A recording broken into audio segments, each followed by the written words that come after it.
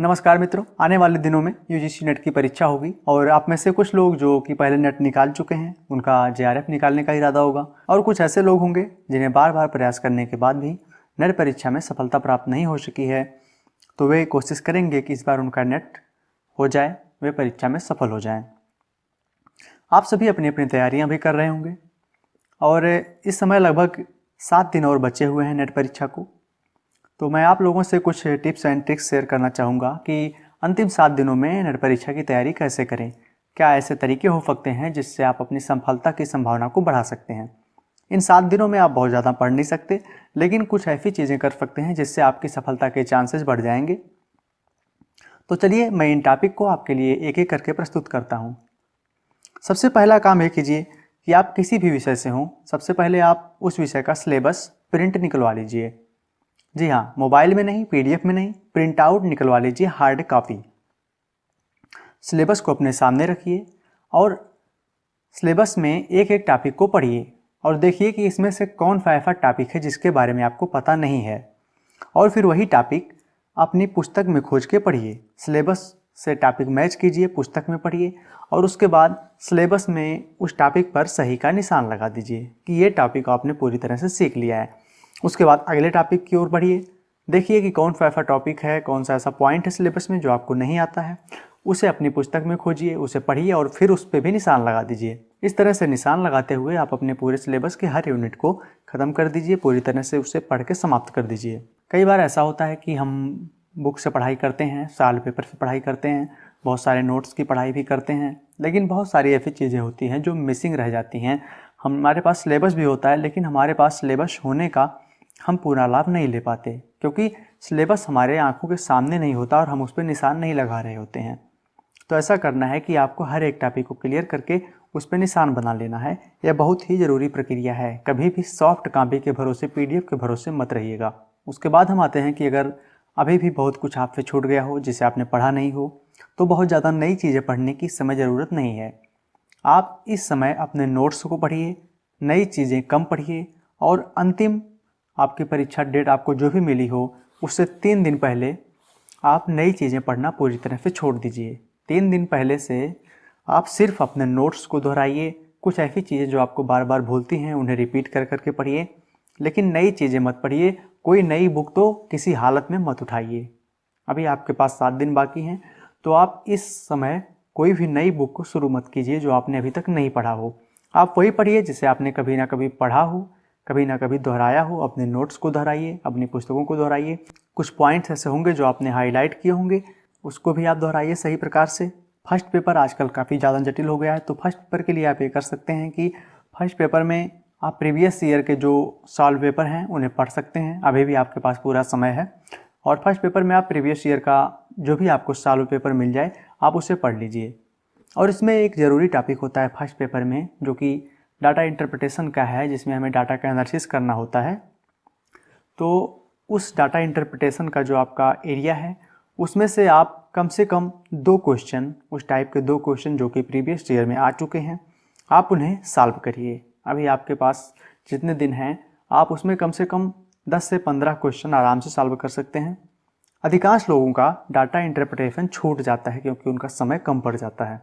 अगर data interpretation को आप तैयार कर लीजिए, डाटा एनालिसिस को आप तैयार कर लीजिए, तो इसमें आप सही प्रकार से लगभग पूरे नंबर प्राप्त कर सकते हैं, क्योंकि यहाँ पे स्मृति की बात नहीं होगी, यहाँ पे प्रेजेंस ऑफ माइंड की बात होगी कि आप कितनी तेज़ी से आप चीज़ों को सॉल्व कर सकते हैं और कैसा परफॉर्म करते हैं। तो यहाँ पे ये नहीं देखना है कि आपको चीज़ याद है कि नहीं, आप इसमें 5 के 5 नंबर पूरे प्राप्त कर सकते हैं, जो कि अधिकांश लोग नहीं कर पाते। अधिकांश लोगों का या तो ये टॉपिक छूट जाता है या फिर वो 2 से 3 क्वेश्चन हल कर पाते हैं और आगे छोड़ जाते हैं। और ऐसा ही होता है कि आपका 1 या 2 नंबर से नेट या जेआरएफ रुक जाता है और फिर बाद में पछताने के सिवा और कोई चारा नहीं रहता। तीसरा काम आपको ये करना है कि अगर अभी तक आपने प्रैक्टिस टेस्ट को नहीं दिया है तो प्रैक्टिस टेस्ट देना शुरू कर दीजिए। ऑनलाइन प्रैक्टिस टेस्ट आपको एनटीए की वेबसाइट पे मिल जाएगा। आप वहाँ पे जाइए, नेट परीक्षा को सिलेक्ट कीजिए और फिर वहाँ पे फर्स्ट पेपर का और अपने सब्जेक्ट का जो भी आपका सब्जेक्ट हो उसका प्रैक्टिस टेस्ट दीजिए। उसमें देखिए कि किस प्रकार से क्वेश्चन को सबमिट करना है, किस प्रकार से क्वेश्चन को नेक्स्ट करना है, किस प्रकार से रिकॉर्डेड रिस्पांस को मिटाना है, किस प्रकार से उसे मार्क फॉर रिव्यू के लिए रखना है। बहुत सारा प्रोसेस है इसमें और आप इस पेपर को देना पूरी तरह से सीख लीजिए। जो लोग नॉन टेक्निकल बैकग्राउंड से हैं, जिन्होंने टेक्नोलॉजी के बारे में ज़्यादा नहीं पढ़ा हुआ है, कंप्यूटर नहीं पढ़ा हुआ है, उनके लिए थोड़ा जटिल होता है कि किस तरह से अपने प्रश्नों के उत्तर को बदलें, किस तरह से वापस दूसरे प्रश्न पर जाएं, किस तरह से किसी प्रश्न को जंप करके एक खास नंबर पे पहुँचें। तो ये सारी चीज़ें करने के लिए आप कंफर्टेबल हो जाएं, इसलिए आप एनटीए की वेबसाइट पर जाके इस टेस्ट को दे दीजिए। आप सर्च कर लीजिए तो आपको इस टेस्ट का लिंक मिल जाएगा यूजीसी नेट की ऑफिशियल वेबसाइट पर, और वहाँ से आप इसको दे के अपना प्रैक्टिस पूरा कर सकते हैं। इसके संबंध में हमारे चैनल पे एक वीडियो है जिसमें हमने बहुत डिटेल के साथ बताया है कि किस तरह से आपको टेस्ट देना है, टेस्ट देने का पूरा प्रोसीजर क्या है और क्या क्या गलतियाँ आपको टेस्ट में नहीं करनी है। क्योंकि ये ऑनलाइन टेस्ट है, इसमें सबसे बड़ा फ़ायदा ये है कि OMR में आप एक बार जो भी ब्लैक कर देते थे वहाँ पे दोबारा आपको सुधार करने का मौका नहीं था, क्योंकि सुधार करना अलाउड ही नहीं होता है। वहाँ पे तो साफ साफ लिखा रहता था कि जो लोग इसमें सुधार करेंगे, इरेज करेंगे, उनके नंबर काट दिए जाएंगे या फिर उनकी OMR जांची नहीं जाएगी। लेकिन यहाँ पे फाइनल सबमिट से पहले आप जितनी बार चाहें अपने प्रश्नों का उत्तर बदल सकते हैं, जो कि इसमें सबसे बड़ा फ़ायदा है। इसलिए आप प्रैक्टिस टेस्ट देने का अभ्यास कर लीजिए, सही तरीके से देख लीजिए कि किस प्रकार से टेस्ट को देना है, और ये चीज़ आपको काफ़ी फ़ायदा करेगी।